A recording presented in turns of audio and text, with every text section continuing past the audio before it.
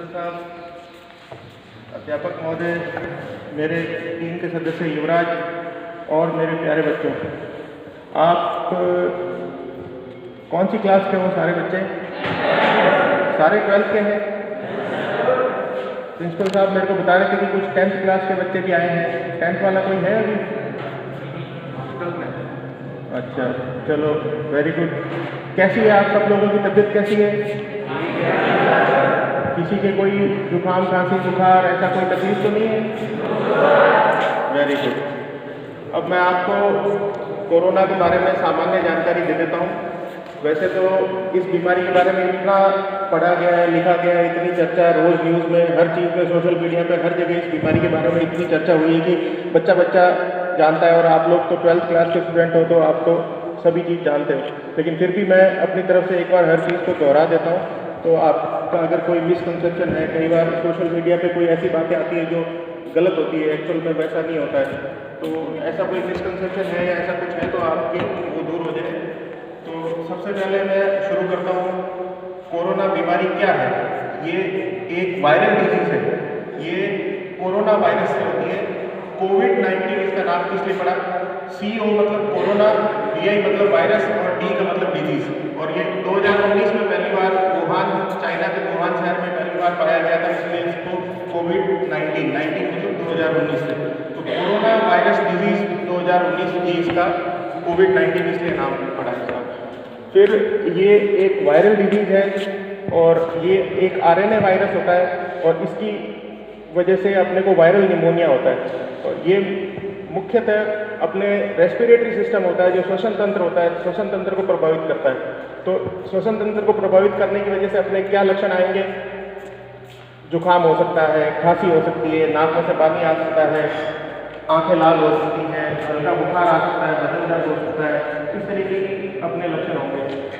लेकिन शुरुआत ये रेस्पिरेटरी सिस्टम से करता है। लेकिन जिस कोई ऐसा आदमी है, कोई ऐसा व्यक्ति है जिसके पहले से बहुत सारी बीमारियां हैं, किसी के कोई रीनल डिजीज़ है, किसी के कोई रीनल फेलियर है, डायबिटीज़ का पेशेंट है, हाइपरटेंशन का पेशेंट है, तो उसके अंदर अगर ये वायरस ज़्यादा ग्रो करता है तो फिर ये दूसरे शरीर के दूसरे अंगों को भी प्रभावित कर सकता है।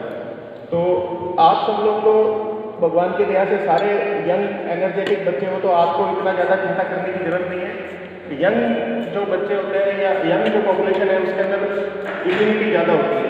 तो ये वायरस अपने बॉडी के अंदर इम्यूनिटी जितनी अच्छी होगी तो वो वायरस अगर अपने किसी कारण की वजह से शरीर में आ भी गया तो वो इतना नुकसान नहीं पहुँचा सकता अपने को। तो आप लोगों को ज़्यादा घबराने की ज़रूरत नहीं है, लेकिन साथ में इस चीज़ का भी ध्यान रखना है कि मैंने यूँ कह दिया कि भाई आप घबराने की ज़रूरत नहीं है तो आप बिल्कुल लापरवाह हो जाओ। अपने को अपनी सावधानी जरूर रखनी है। सावधानी रखने के साथ साथ मतलब मेरा घबराने नहीं कहने का मतलब ये है कि आप लोग दिमाग में ज़्यादा टेंशन नहीं लो, ज़्यादा इस चीज़ को लेकर के मतलब मानसिक रूप से अपने परेशान होने की ज़रूरत नहीं है, ये मेरा कहने का मतलब था। फिर ये जैसे कोरोना वायरस हो गया, रेस्पिरेटरी सिस्टम को प्रभावित करता है। फिर अपने को ध्यान किस चीज़ का रखना है? अगर किसी भी बच्चे के अगर जुकाम, खांसी, बुखार ऐसे कोई भी लक्षण होते हैं तो अपने को छुपा करके नहीं रखना है। ये नहीं सोचना है कि यार मेरे कहीं कोरोना हो गया तो फिर मेरे साथ क्या होगा, क्या करेंगे, मेरे को कहाँ भेज देंगे, कहीं एडमिट कर देंगे, कहीं पे भी नहीं भेजेंगे। शुरुआत में ऐसा था कि जब अपने कोरोना पॉजिटिव केसेस आ रहे थे तो उनको अपन आइसोलेट करते थे, डिस्ट्रिक्ट हॉस्पिटल जालोर भेजते थे। उसके बाद में जैसे जैसे इस बीमारी के बारे में अपने को पता चलता गया कि भाई ज़्यादा कॉम्प्लिकेशंस नहीं है, 99% इसकी रिकवरी रेट है। अगर 100 जनों पे होता है तो 99% से भी ऊपर रिकवरी रेट है। कोई एक आधा मॉर्टिलिटी इस वजह से होती है, वो जैसा मैंने आपको बताया कि अगर उसके प्री एग्जिस्टिंग कोई डिजीज़ है, कोई उसके डायबिटीज़ है, हाइपरटेंशन है या कोई ऐसी कोई पहले से बीमारी है, गंभीर बीमारी है, तो उसको वैसे व्यक्ति के अंदर ये वायरस ज़्यादा नुकसान करता है, उसकी मृत्यु हो सकती है। तो अपने को ध्यान इस चीज़ का रखना है कि जैसे सभी को पता है SMS मतलब सोशल डिस्टेंसिंग, मास्क और सैनिटाइजेशन। SMS का ध्यान रखना है अपने को। सोशल डिस्टेंसिंग मतलब जैसे अभी आप लोग बैठे हो, एक दूसरे से डिस्टेंस मेंटेन करके बैठे हो, 2 गज की दूरी रखनी है।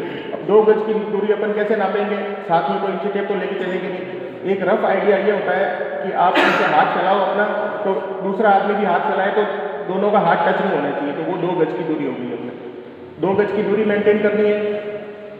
S से सोशल डिस्टेंसिंग हो गया, M से मास्क। आप कहीं पे भी भीड़ भाड़ वाली जगह पे जाते हो, कहीं पे आप जहाँ पे गैदरिंग होती है, क्लास में जाते हो, अगर आपको लगता है कि 2 गज की दूरी अपने मेंटेन नहीं हो रही है तो मास्क पहनना बहुत अनिवार्य है। तीसरी चीज़ सैनिटाइजेशन। सैनिटाइजेशन में क्या है कि सिर्फ सैनिटाइजर से हाथ सैनिटाइज करने की कोई सैनिटाइजेशन नहीं कहते हैं, अपन साबुन से हाथ धोते हैं वो भी सैनिटाइजेशन है।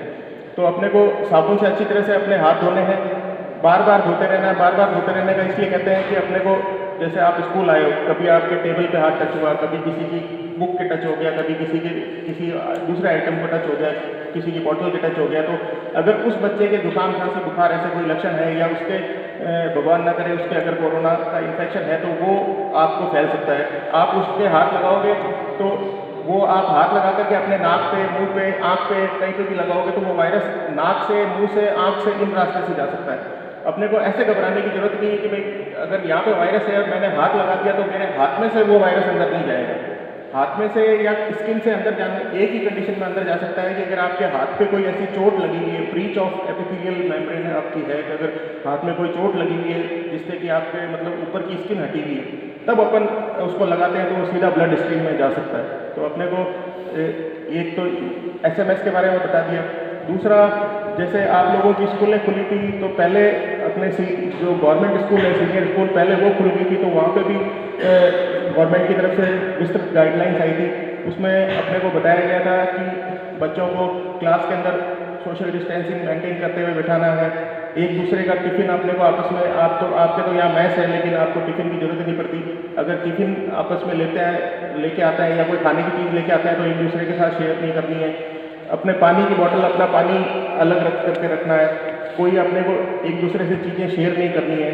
आप लोग हॉस्टल में रहते हो तो हॉस्टल में जैसे कई बार होता है कि अपन बेड पे साथ सो जाते हैं, कई बार उसके नहाने धोने की चीज़ें अपन काम में ले लेते हैं। तो अपने को शेयरिंग से बचना है, एक दूसरे की चीज़ें शेयर नहीं करनी है, ना तो उसके कपड़े शेयर करने हैं, ना उसकी कोई खाने पीने की वस्तु शेयर करनी है।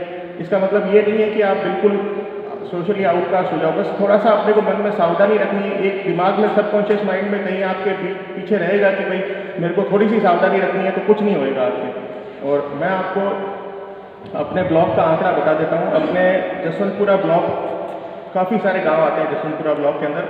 उस पूरे ब्लॉक के अंदर जब से मार्च से कोरोना शुरू हुआ था 470 टोटल केस पॉजिटिव आए और उसमें से सिर्फ 1 या 2 डेथ हुई है जो ऑलरेडी पहले से, जैसे मैंने बताया, उनको पहले से गंभीर बीमारी थी, कोई डायबिटीज़ थी, कोई सीवियर एनीमिया था, हाइपरटेंशन था। 1 या 2 डेथ हुई है, बाकी 470 के 470 कम्प्लीटली रिकवर्ड है और किसी के कोई किसी तरह का अभी कोई लक्षण नहीं है। सब बिल्कुल परफेक्टली ऑल राइट, अपनी बिल्कुल अच्छी तरह से ज़िंदगी जी रहे हैं। तो मेरे कहने का मतलब ये है कि आपको घबराने की जरूरत नहीं है। अब बीमारी के बारे में बात होगी, अपने को सावधानियाँ क्या रखनी है उसके बारे में बता दिया। अब जो अपने को थोड़े दिन पहले पता चला, ये खुशखबरी है अपने लिए कि अपने कोरोना की वैक्सीन आ गई है अपने। तो कोरोना की वैक्सीन आने के बाद में अपने को, अपने देश ने मतलब काफ़ी जल्दी इस बारे में तरक्की की और अपने वायरस, इसको वैक्सीन को बहुत जल्दी ढूंढ लिया। तो अपने 2 तरह की वैक्सीन अवेलेबल है, जैसा अभी सर ने बताया था। एक तो कोवैक्सीन है और एक कोविशील्ड है। Covishield vaccine serum institute of India की तरफ से बनाई गई है और कोवैक्सीन भारत बायोटेक की तरफ से बनाई गई है। कोवैक्सीन के अंदर 20 डोज आती है एक वाइल के अंदर और कोविशील्ड के अंदर 10 डोज आती है। हालांकि ये चीज़ें आपके काम की नहीं है, लेकिन फिर भी जनरल नॉलेज के लिए मैं आपको बता रहा हूँ। एक व्यक्ति को जो डोज लगती है 0.5 ml लगती है, इंट्रामस्कुलर लगती है। इंट्रामस्कुलर इंजेक्शन लगता है, 0.5 ml लगता है। एक टीका लगने से सुरक्षित नहीं होता है। एक टीका लगा उसके 28 दिन बाद में दूसरा टीका लगता है और दूसरा टीका लगने के भी 14 दिन बाद में अपन ये मानते हैं, जो रिसर्च हुई है उसके हिसाब से, पहला टीका लगा उसके 28 दिन बाद दूसरा टीका लगा, उसके भी 14 दिन बाद में अपन ये मानते हैं कि अपने शरीर के अंदर इतनी एंटीबॉडीज बन गई होगी कि अपने को कोरोना से मतलब बीमारी होने के अपने को चांस नहीं है। तो जब तक आप, जैसे आप लोगों का भी टीकाकरण होएगा कभी, तो आप लोगों का टीकाकरण होगा तो अपने को इस चीज़ का ध्यान रखना है कि पहला टीका लगते ही अपन को लापरवाह नहीं होना है कि भाई अब तो मेरे टीका लग गया, अब तो मेरे कोरोना नहीं हो सकता। अपने को दूसरा टीका लगने के बाद में भी अपने को 14 दिन तक अपने को सावधानी रखनी है। मतलब 28 दिन ये हो गए, 14 दिन वो हो गए, 42 दिन तक अपने को सावधानी रखनी है। उसके बाद में अपने शरीर में सफिशिएंट मात्रा में एंटीबॉडीज बन जाती है तो अपने को कोरोना नहीं होता है। इसके अलावा अगर आपके दिमाग में इस तरह का कोई डाउट है, जैसे सोशल मीडिया पे कई बार कई ऐसे भ्रामक मैसेजेस आते हैं कि भाई कोरोना से ये हो गया वो हो गया, कई इधर उधर की दूसरी पिक्चर्स भेज देते हैं उसके साथ में कि भाई इसके इतना सीरियस प्रॉब्लम हो गई, ये हो गया। तो अपने को सोशल मीडिया के मैसेजेस से घबराने की ज़रूरत नहीं है। और आपके दिमाग में अगर इससे संबंधित कोई सवाल है, कोई डाउट है कि भाई मेरे को ये चीज़ समझ में नहीं आई, तो आप बिल्कुल पूछ सकते हैं। और अभी अगर आप लोग कह रहे हैं